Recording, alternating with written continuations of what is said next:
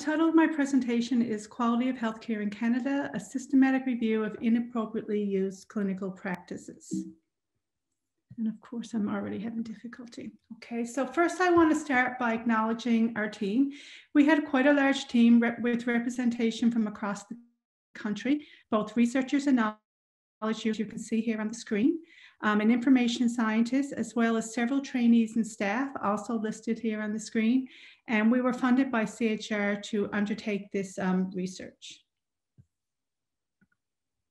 So the learning objectives, as you know from what Megan sent out, is to understand what inappropriate healthcare is and why it is important, to identify the most underused clinical practices in Canada, and to be able to identify the most overused clinical practices in Canada. So the findings from this research, you can find more details of it in published papers. The protocol for this review is published in Systematic Reviews, and the findings are recently published in the Canadian Medical Association Journal. So a little bit of background about what is inappropriate healthcare. So inappropriate healthcare can be defined in three domains: underuse, overuse, and misuse. Underuse refers to the failure to provide a clinical practice when the benefits to the patient clearly outweigh the risks. And an example of this would be missing a childhood immunization for measles. Overuse refers to a clinical practice is provided under circumstances where the potential for harm exceeds the potential benefit. So an example here would be prescribing an antibiotic for a viral infection for which antibiotics are ineffective. And overuse is also known as low-value care. So some people may understand it in that way. And the third domain of inappropriate healthcare that we looked for was misuse. And this is when an appropriate selection of a clinical practice, but a preventable complication occurs, resulting in the patient not receiving the full potential benefit of the practice. And an example here would be a patient suffers a rash after receiving penicillin for a strep throat, which is appropriate, but the patient has a known allergy to that antibiotic. So that would be misuse of that antibiotic. So why is inappropriate healthcare important? It's important because it results in poor patient outcomes, negative patient experiences, and inefficient use of scarce healthcare resources. So there have been several previous reviews of inappropriate healthcare in other countries. Their broad summaries of inappropriate use clinical practices exist for the United States, for the United Kingdom, and for Australia. Each of these syntheses have found, one, that there's variation in the practices inappropriate use in each country, and two, there's high levels, 50% on average, of inappropriately used clinical practices. And these reviews have laid the foundation for several very successful quality improvement initiatives in those countries. So although reducing inappropriate care has been a high priority in Canada for some time, in our development of this research, in talking with the quality improvement agencies all across Canada, we found that designing effective initiatives has been a very difficult goal due to the lack of knowledge of which clinical practices are actually inappropriately used. So the purpose of our study was to conduct a systematic review to estimate the nature and amount of inappropriately used clinical practice in Canada. We wanted to include all jurisdictions in Canada and look at all health sectors in Canada because we wanted a very broad summary of what practices are inappropriately used. So a little bit on our methods. We searched 6 bibliometric databases. They're all listed here on the screen. We also did a very comprehensive gray literature search because a lot of this literature is buried in the gray literature, which included targeted iterative hand searching of over 25 government and research organization websites. So for example, we looked at all the ministries of health, ICES, and CIHI. Our dates were 2007 to 2020 because our decision makers had told us they didn't want us to go back any more than 10 to 15 years because data older than that would be ineffective for them in designing priorities and designing initiatives. We also did citation checking where we looked at the references of all our included studies to identify potential other studies not captured by our search strategy. 2 team members independently screened all titles and abstracts. Inclusion criteria included a quantitative study reporting data on appropriately or inappropriately used clinical practices. We included studies on appropriate clinical practice because we could determine the inappropriate based on the appropriate results.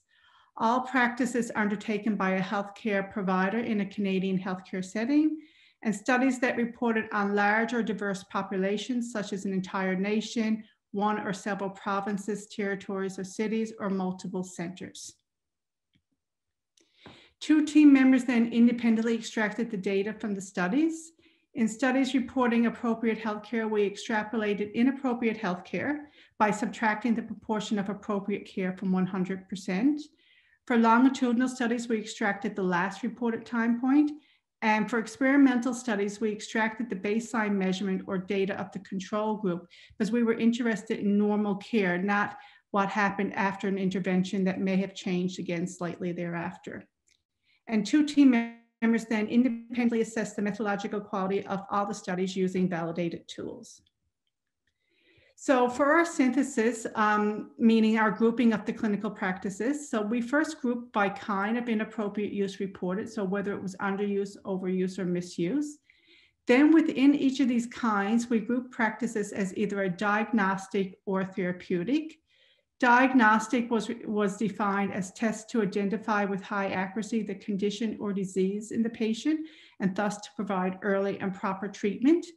And within diagnostics, 6 subcategories emerged: referrals, assessments, screening, blood tests, imaging, and multiple tests. And therapeutics we defined as treatment and care of a patient for the purpose of either preventing or treating disease or alleviating pain or injury. And 4 subcategories emerged there: acute care procedures, biophysical therapy, psychosocial therapy, and medications. For our statistical analysis, we reported proportions and ranges of proportions of inappropriate use for each clinical practice that we identified. Then we looked at medians and interquartile ranges for all inappropriately used practices together, so for the full data set. We also looked at it separately for all the underused practices and all the overused practices. And we also looked at it for diagnostics and therapeutics and each of the 10 subcategories within diagnostics and therapeutics. We looked at statistically significant differences between the kinds of inappropriate use, so between underuse and overuse, using the Mann-Whitney median test. And we also looked at trends over time using the median publication year of 2007 as the cut point. So this is just an indication of our article selection. So we screened just under 10,000 articles, and in the end, we included 174 studies, which represented 228 unique clinical practices. And this is just a look at our distribution across Canada. So as you can see here, most of the studies came from Ontario, almost like just over half came from Ontario, 56.3%.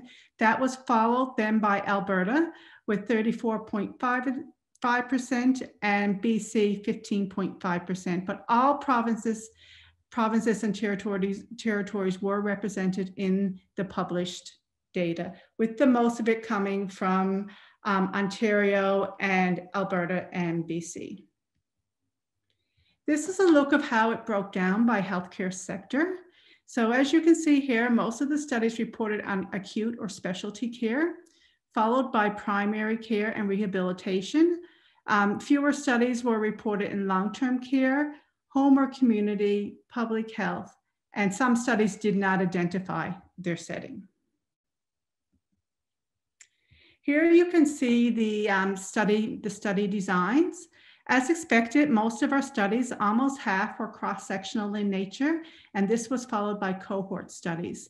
Fewer studies were interventional studies because we weren't looking at the effectiveness of any interventions, but there were some randomized controlled trials, pre, post, and interrupted time series included as well.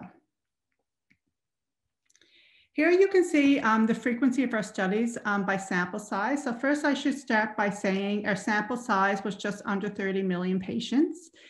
And you can see very few studies had less than 100. Only 5.2% of the studies had less than 100 participants. And this is in part due to our inclusion criteria that we wanted like large and diverse samples.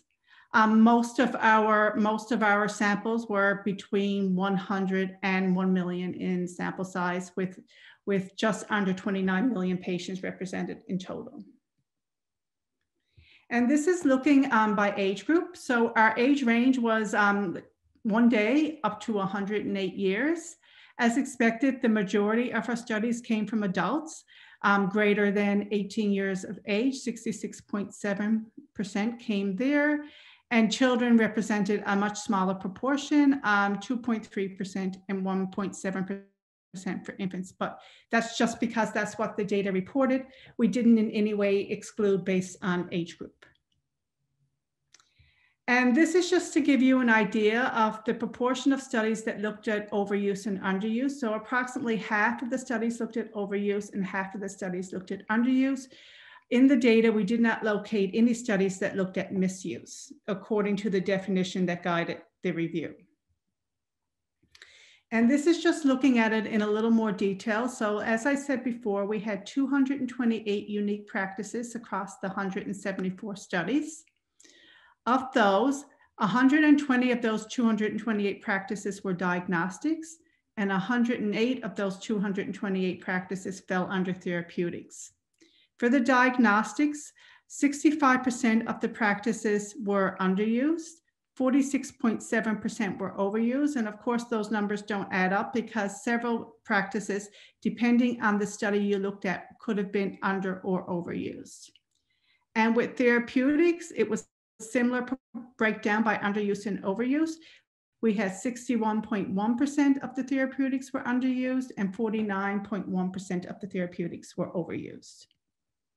So I'm going to break down a little bit at a high level the results now, looking at all practices, then I'm going to look at diagnostics and then therapeutics.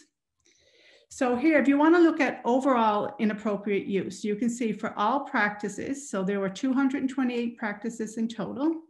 That was across 174 studies, and the median inappropriate use was 30%, with an interquartile range from 12% up to 57%. So on average, we found 30% of the 228 practices were inappropriately used.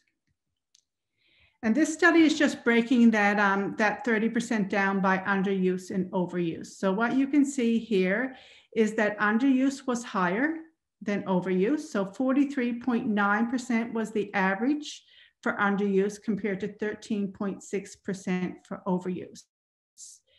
And while the number of studies is similar, the number of practices is larger for underuse compared to overuse. And we also need to keep in mind that overuse has become more popular in more recent years. So this picture may evolve a bit over the next 5 years as more overuse studies are published.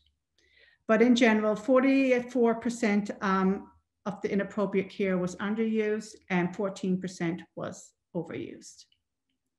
So now I'm going to look at diagnostics. And so just to remind people how we define diagnostics, this is tests to identify with high accuracy the condition or disease in a patient and thus to provide early and proper treatment. So the same table again, this time we'll look at the diagnostic row. And so there were 120 unique diagnostic practices in 89 studies, and the median inappropriate use was 28%. And so this is just a more detailed look according to the subcategories that we had. So you can see where the inappropriate use fell. And so the highest levels of inappropriate use were with laboratory tests, 48.4%. And I've just given an example of a frequently studied practice in the data was the albumin to creatinine ratio for diabetes and for chronic kidney disease. The next most inappropriately used diagnostic were in the referrals at 43%. And an example there is secondary prevention, a stroke clinic for cardiovascular disease. This was followed by assessments at 38.2%. And the most frequently studied test there was eye exams for diabetes. followed by screening at just under 30%. And an example there is the fecal occult blood test for colorectal screening. Then blood tests at 24.7%. And a frequently described test there was the glycosated hemoglobin for diabetes and chronic kidney disease. And lastly was imaging at just under 14% inappropriate use. And an example of a frequently used test there was carotid imaging Doppler.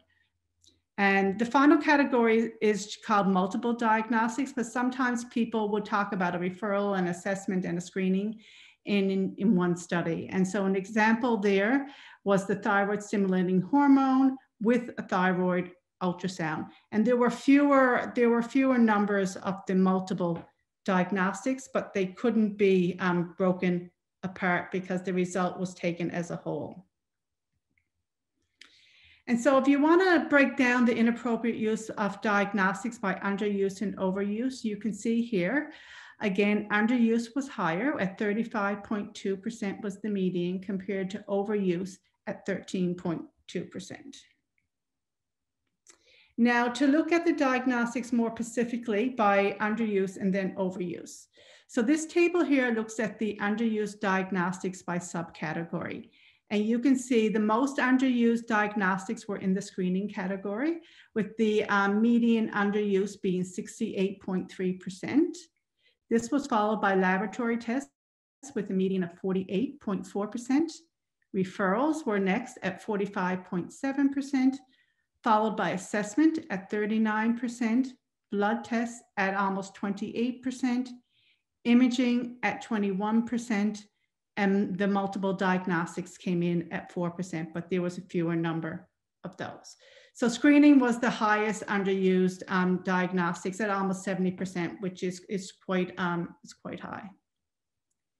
And these are the three most investigated underused diagnostics: the glycosated hemoglobin, and it had a range of underuse from 18 upwards to 85%, followed by lipid tests, which range from 3% underuse up to 47% underuse, and diabetic eye exams, which range from 23% underuse upwards to 80.5%. And one of the things that I didn't say earlier that I should have said is a lot of the practices were investigated in 1 or 2 studies. And so reason I'm showing you the most investigated ones, because I feel they're the ones that we can put the most faith in, because they were studied multiple times. If you look at the diagnostics overused, and so you can see here now assessments was the most overused at 25%. Blood tests was the next most overused at 22%, followed by screening at 14% and imaging at 9.7%. We don't have medians and interquartile ranges for the last 3 because we don't have enough data points to calculate a median and an interquartile range. And the 3 most investigated overuse diagnostics here you can see were the thyroid stimulating hormone, followed by the radiography of the chest and the Pap test. So now I'm going to move on to therapeutics, and just a reminder that treatment and care of a patient for the purpose of either preventing or treating disease or alleviating pain or injury. So this is about treatment and care. And so if you look at the table we presented earlier, now if you look at the therapeutic column, we have 108 unique practices, and we have a median inappropriate use of 34% with an interquartile range of 10 to 61%. And again, this is a breakdown similar to the diagnostics by looking at our therapeutic subcategories to see where overall inappropriate care was the highest. And you can see the highest was with acute care procedures at 53.5% was the median. And an example, there's a radial prostatectomy for prostate cancer. This was followed by 46% inappropriate care in the biophysical therapy domain, and the enhanced recovery after surgery bundle for colorectal surgery is an example there. Psychosocial therapy is the next one, and that came in at just under 40% inappropriate use. And an example there frequently studied was prenatal counseling. And the final one there is medications that came in at just over 25% inappropriate care. And an example there is the use of statins for cardiovascular disease. So here, if you look at the therapeutics now broken down by underuse and overuse, you can see that 51% was the average for underuse therapeutics compared to 13.6% for overuse therapeutics. And now I'll do the same, and I'll break it down in more detail by underuse and then follow that in more detail by overuse. And so if you look at underused therapeutics, the highest category was acute care procedures, underused 72.2% of the time on average. Biophysical therapy was next, underused almost 58% of the time on average. Medications underused 51% on average. Psychosocial therapy underused 38% on average. And so these are the averages for these procedures. But one thing I would like to note, for the vast majority of therapeutics, you will notice smaller number of practices and smaller numbers of studies. So we need to keep that in mind. This area hasn't been studied as much as the diagnostics has been studied, although the medications was a significant number of studies. So the three most investigated underused therapeutics were statins in the medication category, and that was underused 18.5% of the time to 71% of the time. Next was also in medications was combinations of different cardiovascular drugs, underused 3% of the time upwards to almost 100% of the time. And the next most popular one was counseling, prenatal. And that is in the psychosocial therapy domain, and it was underused just under 10% of the time, upwards to close to 50% of the time. So the proportion of underused therapeutics by subcategory here. And so now what we just talked about was overall inappropriate, which was underuse and overuse. So now I'm going to go into the underuse more specifically. And so here you can see acute care procedures still top the list, and they were underused 22% of the time. Biophysical therapy was underused almost 20% of the time, and medications specifically were underused almost 11% of the time. And the three, oops, I said underuse then, I meant overuse, sorry for that confusion. And the three most investigated overuse therapeutics were antimicrobials, and they were overused 12% of the time, upwards to 76% of the time. And that probably doesn't come as a surprise to a lot of people. There's been a lot of talk about the overuse of antimicrobials. Antipsychotics were also were the second most frequently overused therapeutic, 5.6% of the time, up to almost 77% of the time. And opiates, which probably also doesn't come as a large surprise. This one was frequently studied, and it was overused almost 0% of the time, upwards to almost 25% of the time.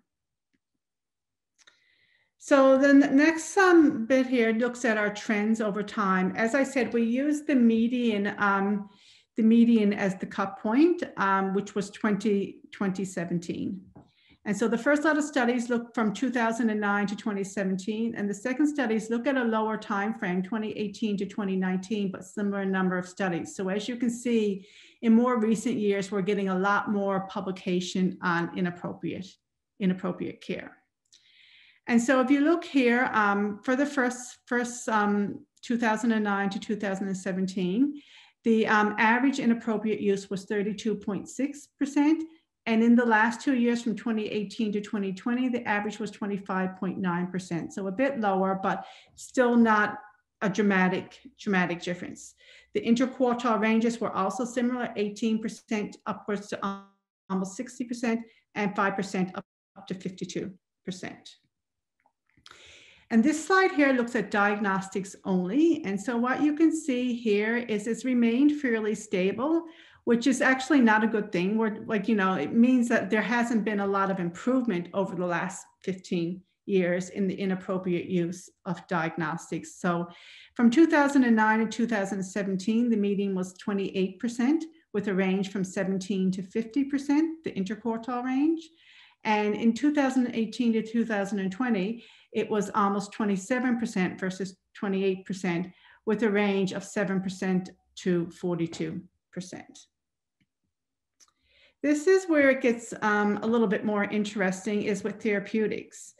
And so for 2009 to 2017, the median for therapeutics was 42%, compared to the median in 2018 to 2020 was 24.5%.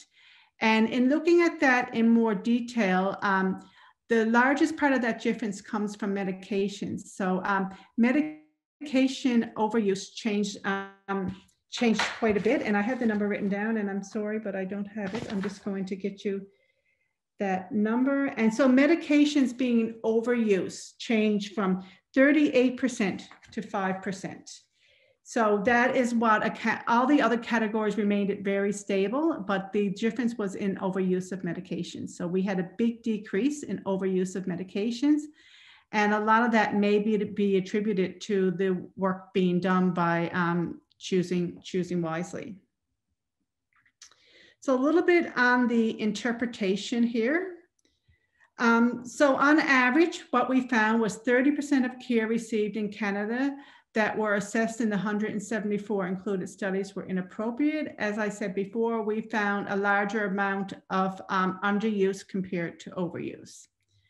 This magnitude of inappropriate care is similar to those reported from other countries.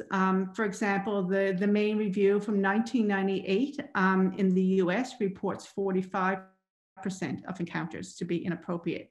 And so, I mean, one of the concerning things here is, I know that review wasn't in Canada, but since 1998, we haven't made huge progress in reducing inappropriate care in Canada and across the world. Similar to other reviews, we also found a substantial heterogeneity in inappropriate use across the practices. So for example, in the US, inappropriate use ranged from 21 up to 89%, in the UK from 51% to 97%, and in Australia, 10% to 87%. Our range may look a little less, but that's because we've reported the interquartile range rather than the complete range. So two study limitations is that the quality of the evidence behind each of the cited practice recommendations was not feasible to assess. We did go and get the evidence, and we only included evidence if we only included a practice if it was backed up by a guideline or a quality indicator or a systematic review. But we did not do a grade or a methodological assessment on each of the guidelines that supported each of the recommendations. And the incidents of appropriate, inappropriate care were included if they were studied. So that means we were only able to include practices where someone had already studied them. So someone had already speculated that there may or may not be a problem. So there are many other practices out there that have not been assessed or included in the published literature. Some of the limitations of the literature that's actually included in the review is many of the practices were only evaluated in a single study. So out of the 228 practices, only 42 of them were assessed in 5 or more studies. And so therefore we have to be a bit careful on generalizing about practices that we only have one data point for. The heterogeneity across there was a lot of heterogeneity across the studies regarding what practices were investigated, what populations were used, the data collection times, how they measured inappropriate care. So we need to keep that in mind as well. And another limitation within the data is there was a lack of probabilistic sampling in non-population-based studies. And this may be, this was found to be a common reason for lower methodological quality. And so this may have affected the reliability of some of the inappropriately proportions reported. But one thing to note is not a lot of our studies scored low on methodological quality. Like less than a quarter of the studies actually had a low rating of methodological quality. They all had a moderate or high rating for methodological quality. So some of the contributions that we feel this review makes, this review now can be used by provincial and territorial governments and quality improvement organizations to prioritize future quality improvement initiatives. And that was the purpose of taking on this review. And it's why for this project, all the quality improvement provincial agencies were involved in this project. Our findings provide a critically needed benchmark tool against which future progress and quality improvement can be measured. So now we have like a starting point and we know what inappropriate was in these 228 practices. And we identified large gaps in our knowledge of inappropriate use clinical practices in Canada because many of the practices found were only examined in one study. And I have to admit that I wasn't anticipating that when I started this. I was anticipating finding a lot of practices, but I had hoped that they would be studied more frequently. And so additional research is required to evaluate the practices that have not been evaluated or less frequently examined. So one of my common recommendations from this is I'm telling people to start with the 42 practices that were the most frequently investigated. And so here are some of the references from the presentation, and I think I did that in record time, so thank you. Thank you very much, Janet, for your thorough presentation. And I think this is going to be a well-cited paper, and having this evidence for Canada is a really excellent point for all of our research. Just while I'm waiting for Megan to check the question and answers in the chat, and for you to think about questions, I wanted to come to so my area of research is in shared decision making. And so one of the things I struggle with appropriateness is that often appropriateness doesn't necessarily include patients' preferences. And so if you think about statins and statins being underused, but the alternative to statins for lowering cholesterol is lifestyle changes or dietary changes that can also result in lowering cholesterol, blood cholesterol levels. And so I just wondered if you could comment a bit around the limitation, or how appropriateness was measured and how it would link with patient preferences and where that fits.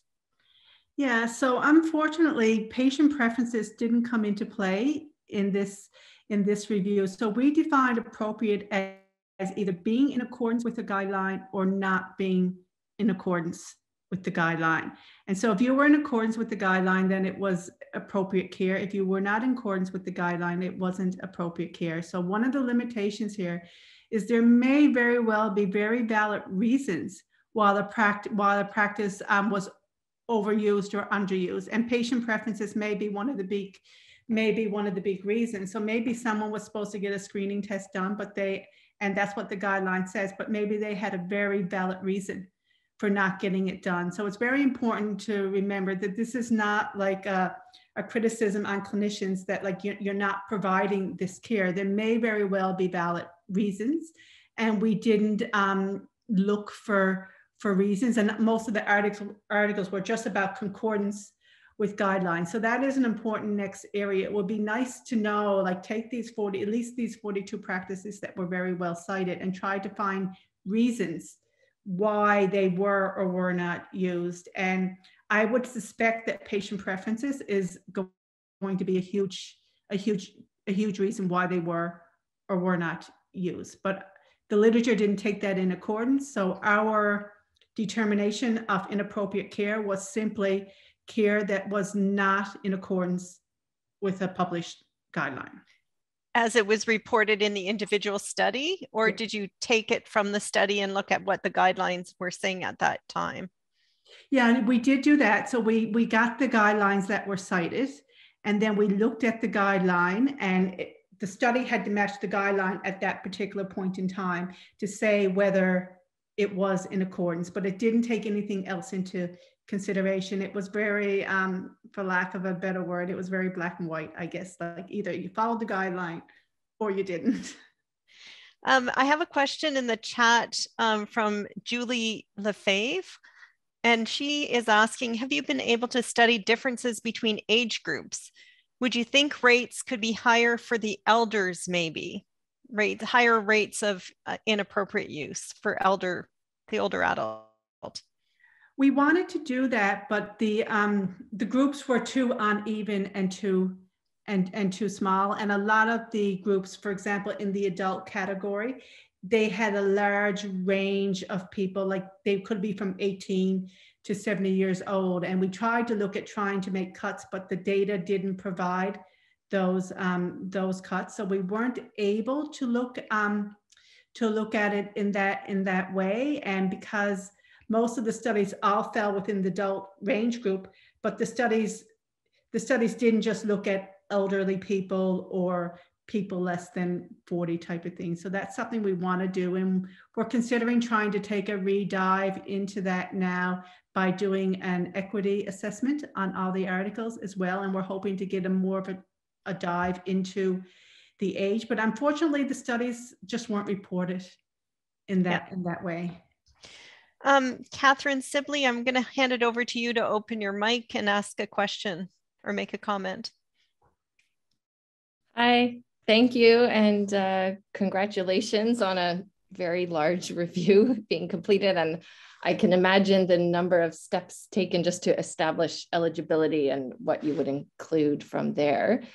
I'm curious, I have a technical question, and I'm curious about the quantitative data that the studies were using and that you included.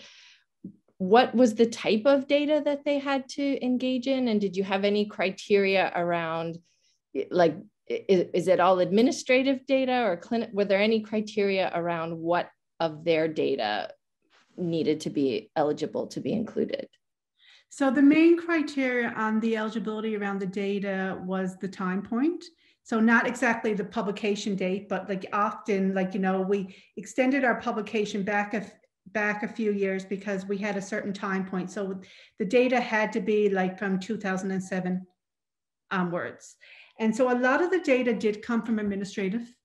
A lot of it did come from administrative databases. But sometimes it could have been just data like in a cross-sectional study that people collected, but the vast majority did come from like different studies use different administrative databases because the studies were very, very large. And would it maybe this, so I work a lot in rehabilitation, and some of our practices are not necessarily documented in charts very well. So would it have all been practices that were externally documentable, or would clinicians self-report of a behavior have been eligible? We would have included, we were open to including self-report, but we didn't find a lot of that. It was much more objective data, a lot of chart audits, a lot of administrative databases, but we did include self-report data where it existed, but most of it was very highly objective data. Okay, thank you. Janet, I have a question here from Dr. Jennifer Knopp-Sahota.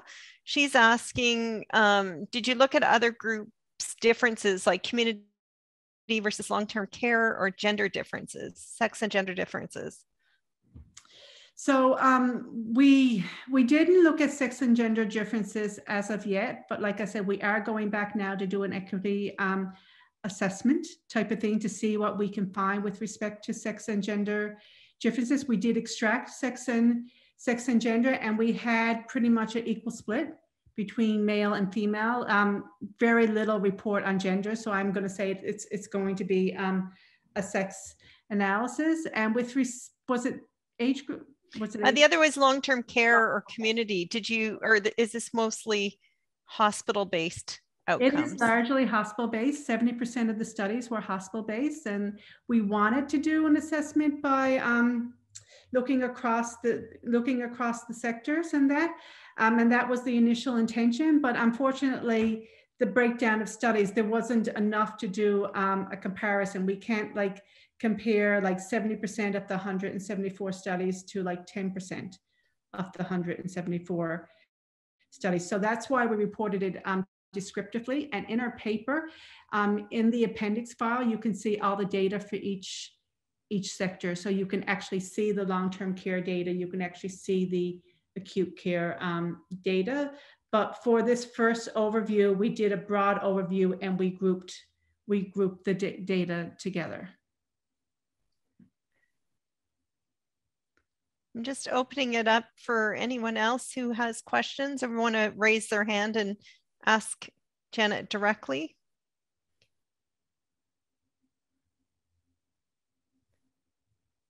So I wanted to come back to my question around shared decision-making. So the guideline for mammography screening changed recently to talk about shared decision-making. But the previous guideline said women 50 and older needed to have mammograms every 2 years between 50 and 70. So I think the other thing around looking at this is it would have to be sort of what was the guideline at the time, but very few guidelines require shared decision-making. So I'd be really curious going forward, looking at how this is measured and whether or not shared decision-making would be accounted for within the measurement of appropriateness. Yeah, I'm not sure you would get that in the current articles, but maybe in a very small subset that look specifically at shared decision-making. I almost think like you'd need to look at that almost like as a primary study, but you're more familiar with the literature on shared decision-making than I am. But that's always been a big limitation of this work is, yes, we did look at the guidelines at the time. And so, but there could be, like I said, very valid reasons that something was not done or not followed, both from a clinician standpoint, but also from the patient standpoint as well. So for example, if you go to statins, like maybe someone is allergic to the drug, and that would not have been picked up in these studies. It would have just been how many people receive the statin when the guideline says you should receive the statin. So I see that as the most significant limitation here is it doesn't look at reasons why, and some of the reasons why somebody may or may not have received a therapeutic or a diagnostic may be completely appropriate, for lack of a better word. And in one of the projects I'm doing with one of my doctoral students, Lisa Pacheco-Brasso, is around appropriateness of joint replacement. And so there's Canadian consensus on I think there's around 7 criteria required for it to be considered appropriate. And a couple of those criteria, one is that they've got pain in their hip or knee and that they've tried other things, but there's also realistic expectations, and there's the benefits outweigh the harms.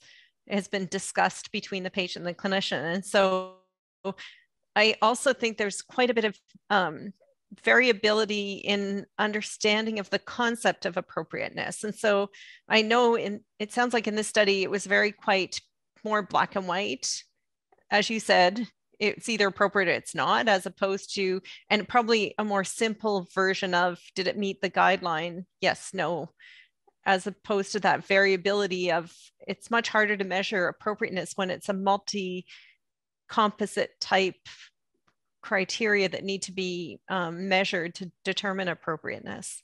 I think it's very interesting to look at why both the measurement, but also like why some practices were more appropriate use than others. And so, like, like the first step was to get this inventory. That's what we were trying to do, is get an inventory so that governments and quality improvement agencies and people just know where to start. Clinicians, like people know where to start. Like everybody wants to reduce inappropriate care, but looking at past reviews, we haven't been making much progress in reducing inappropriate care. Like rates are very similar here now as to what they were in the US in 1990 when the 1998 review was published. And so how can we make changes? Everybody wants to make changes, but no one really knows where to start. So that was the first step of this review, is creating this big inventory so that we can give people some guidance on where to start. Now, like I said, I wish the majority of practices were assessed in more studies type of thing, but we have 42 of these 228 practices that were assessed in 5 or more studies. And so that's a place to start. But I think it's also important, what you're saying, is to go back and look at now, well, why are they inappropriately used? Just because something was assessed in 10 studies and it was inappropriately used in all 10 studies doesn't mean that there weren't valid reasons in 8 of those studies. Yeah. Type of thing. Another thing that comes to mind is population-based data, like for all of Ontario, to know it was measured appropriately or not or whatever, versus individual study data, where it depended on who consented to participate in those studies.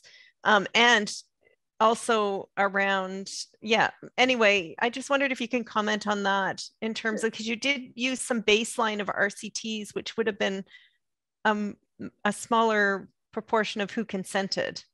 Yeah, and there were fewer studies like that. Most of them are like really large chart audits or large databases. But like, you know, when we were writing the paper, we did go back, because one of the things the journal asked us to do is look at those, like, you know, those 7 studies, for example, that were less than 100, and see if they made any difference. But we looked at all the practices in those studies with a sample size of less than 100 and compared them to larger studies that investigated those practices, and we got the same findings. We were getting the same rates of inappropriate. So what you're saying does make sense, and it could be an issue. But when we penciled out those particular studies and compared them to the larger database studies, you were getting the same rates of inappropriate use. So Megan, I haven't been following the chat very well. Yeah. That's okay. No more questions have come in. Dr. Napsihota mentioned that it was identifying the gap was a huge finding. That was a minute ago. So going back to what you were saying a minute ago, but it doesn't look like any more questions have come in. So I think usually people don't mind finishing a little bit early, unless Dawn, you have any more questions that you wanted to bring up. No, I think I've drilled Janet enough. But it's more around discussing these concepts and different sort of things to think about when we think about underuse, overuse, misuse, appropriateness, inappropriate. And I always will bring up shared decision making. Well, no, and I think it's important. So it's an important next step. Now that we have this inventory, is like, you know, unfortunately, like the articles didn't, I mean, because it wasn't the intention, it wasn't what the search was framed around, wasn't looking for reasons. And so the articles were very objective, but it would be very nice to see, like, you know, look at these inappropriately used practices and see what are the reasons.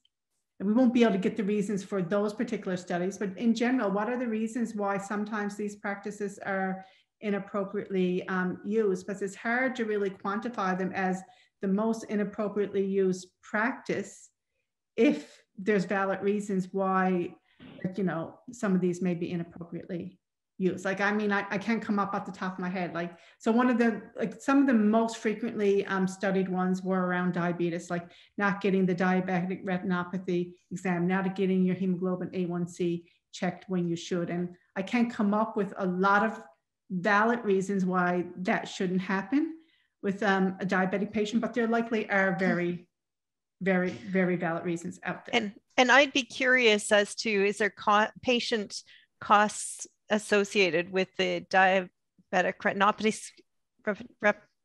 the screening, whether or not the patient had to pay for that out of pocket, and therefore you're going to see a decreased use because even like, can they pay for some of these, or medication use, for example, it's prescribed, but it's not filled because they don't have the funds to pay for these medications. It may have been like a while ago, because I know we were looking into this when I did quite a few media interviews on this, and people were very surprised by the diabetic retinopathy because, for example, in Ontario, it's covered in our medical plan, but you know, maybe it wasn't always covered in the medical plan, and this data goes back like 12 years as well, type of thing.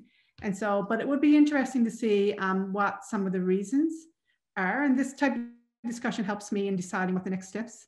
The immediate next step is, of course, to look at equity, but like looking at these reasons would be a nice new study to look at it. And I think I personally probably would start with the 42 practices that were studied most often. Yeah. Well, thank you very much, Jenna, for a very thorough overview of the paper. And now we can go read it ourselves. Yes. And I'm supposed to be introducing the next KT Canada seminar, which is coming Oh, I'm just looking at my notes here. So there will be an evaluation sent out for Megan, and we'll encourage you to fill it in. And the next seminar is May the 19th with Dr. Tamara McCarran in Alberta, who will be discussing how to engage with diverse groups. So we look forward to seeing you next month, and maybe at KT Canada at the conference too, coming up at the beginning of May. Many of us will be attending that, and hopefully we'll see some of you virtually there. Yes, thank you so much. If Sorry, go anyone, ahead, Jenna. If anyone has any questions, please send me an email. I know I didn't put my email on the slide, but you can easily find me at the University of Ottawa. It's just janet.squires@uottawa.ca. So I encourage everyone to read the paper because it's a short paper, so it won't take a long time to read. And if you have any questions at all, by all means, just send me an email. Thank you so much. Thank you, Dawn, for taking us through, and thank you so much, Janet, for this really informative presentation. And I look forward to hearing what comes next.